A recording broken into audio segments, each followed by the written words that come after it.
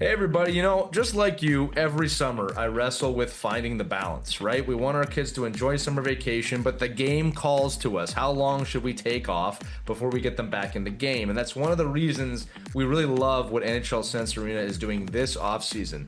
They've rolled out new monthly training packs to give players a structured plan to follow all summer so you're not wondering what they should be working on. They've also added creator packs featuring drills from NHL goaltenders Devin Cooley, Joey Decord, along with Brody True's Summer Skills Pack.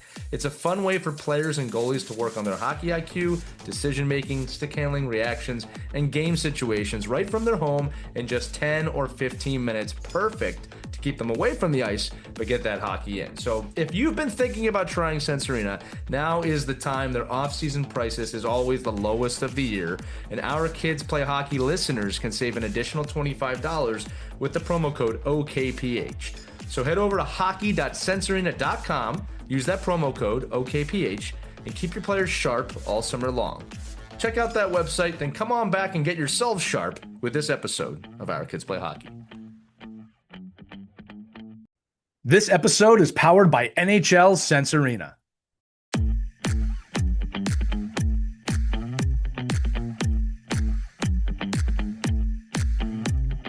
Hello, hockey skaters and goalies around the world. Welcome back to another Ride to the Rink. It's Lee and Mike here, and we have our friend Doug Smith here today. Doug was a second overall draft pick, played in the NHL, played in a pretty famous game known as the Miracle on Manchester. Kids, you should probably go look that up on YouTube if you haven't seen it yet. Greatest NHL comeback in the playoffs of all time against a guy named Wayne Gretzky and the Edmonton Oilers. I don't know if you heard that name before. But Doug was on our big episode this week, and he has dedicated his life really to helping others and to kind of growing our mindset as people. And his journey has been amazing. Obviously played in the NHL, had a pretty major injury, kids, that he was able to come back from. Again, you can listen to the big episode if you want to hear more about that. But Doug, what we want to talk to you about today with the kids is question of identity. And kids, we talk about this a lot. If you're listening to this show, you love hockey. You love playing hockey, training for hockey, and everything about the game. But we have said before to you that while that's amazing and you have your dreams, it's so important to recognize that your identity is not only linked to you as a hockey player. You are a whole separate person beyond the game. And Doug does a lot of work with youth athletes and a lot of kids to expand their mindset. So, Doug, can you talk to the kids for a few minutes about the power of identity and why it's also important to expand your mind just beyond the ice? Well, the first rule, and thanks for having me, is you become what you're around. You don't have the means to prevent yourself from becoming what you're around. So be cautious about what's going in and the people you hang around with, and know that if you get around people that are better than you, and you know who the better people are, and you might have to take a few shots, but you'll become just like them. So that's really the message that I want to hammer home is, we all affect each other in an either a positive way or a negative way. And I promise you, there is no inertia. I'll say real quick, Mike, before I let you jump in. Kids listening, just to give you an example of this. When I was growing up, I sought out, from a hockey standpoint, the better skaters, the better shooters, the better passers, the older kids. I always wanted to be on the ice with players better than me when I wasn't maybe with my regular season team. I looked for those things. And by the time I got back to my team, I wanted to be amongst the kids who were trying the hardest and working the hardest. Now, that's when I was younger. As I got older, I started yearning for people also yearning for knowledge and trying to find ways to better themselves. If you surround yourself with those people now, as a kid, it will have massive impact on your life. And what's tough, kids, it might be toughest at your age to do this, because when you're a kid, peer pressure is heavy. Wanting to fit in is heavy. Worrying about what other people think about you, it's a heavy thing that happens when you're growing up. We're trying to tell you and give you permission that it's okay to not be that kid. All right? You can forge your own path and you can find other people out there. One of my favorite quotes I ever heard that I have found to be true, kids, is that like-minded people end up finding each other. Yes. If you are listening to this show, you are an uncommon kid. I don't know many kids that are searching out hockey podcasts at your age to better themselves. There's a lot of kids who listen to this podcast. You'll find each other. Search the kids, search your peers, that are like-minded. Don't fall for the peer pressure of just, I got to look a certain way or play a certain way.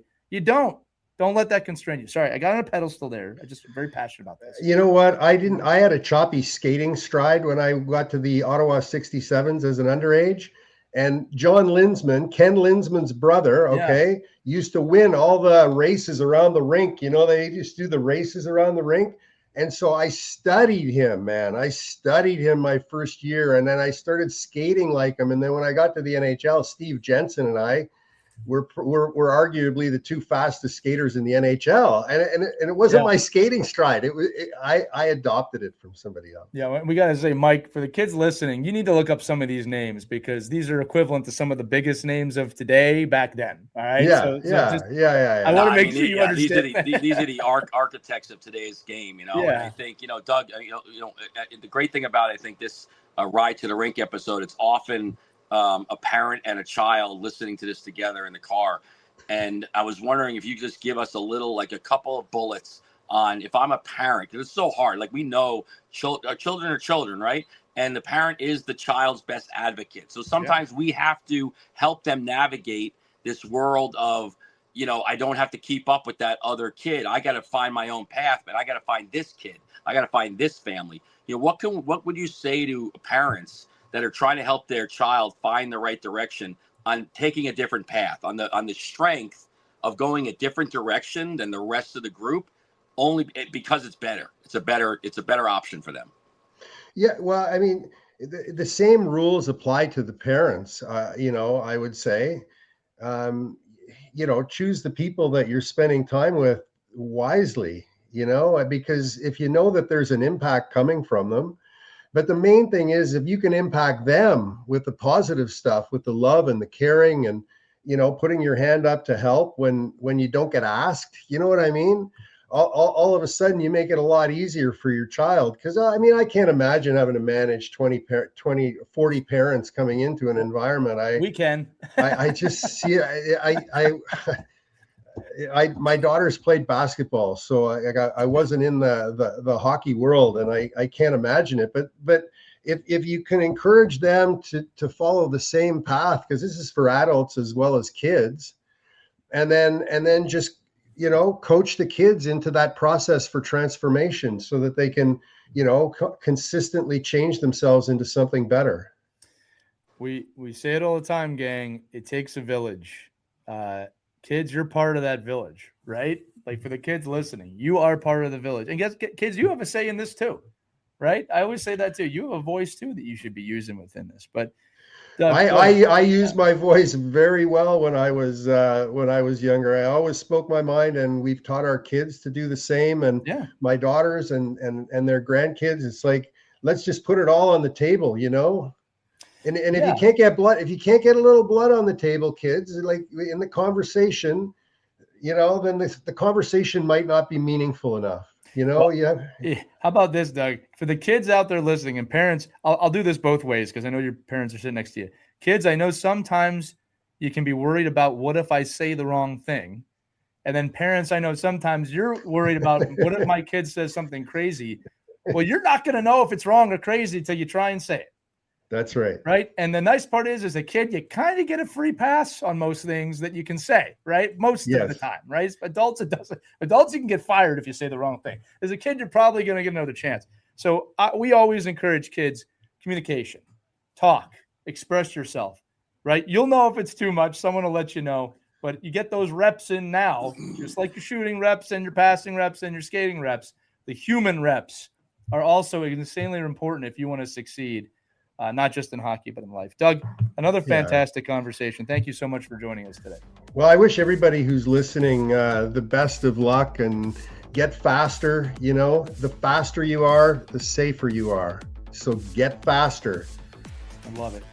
All right, kids, listen, you know how we end these shows. Wherever you're at on your hockey journey, we believe in you. You should too.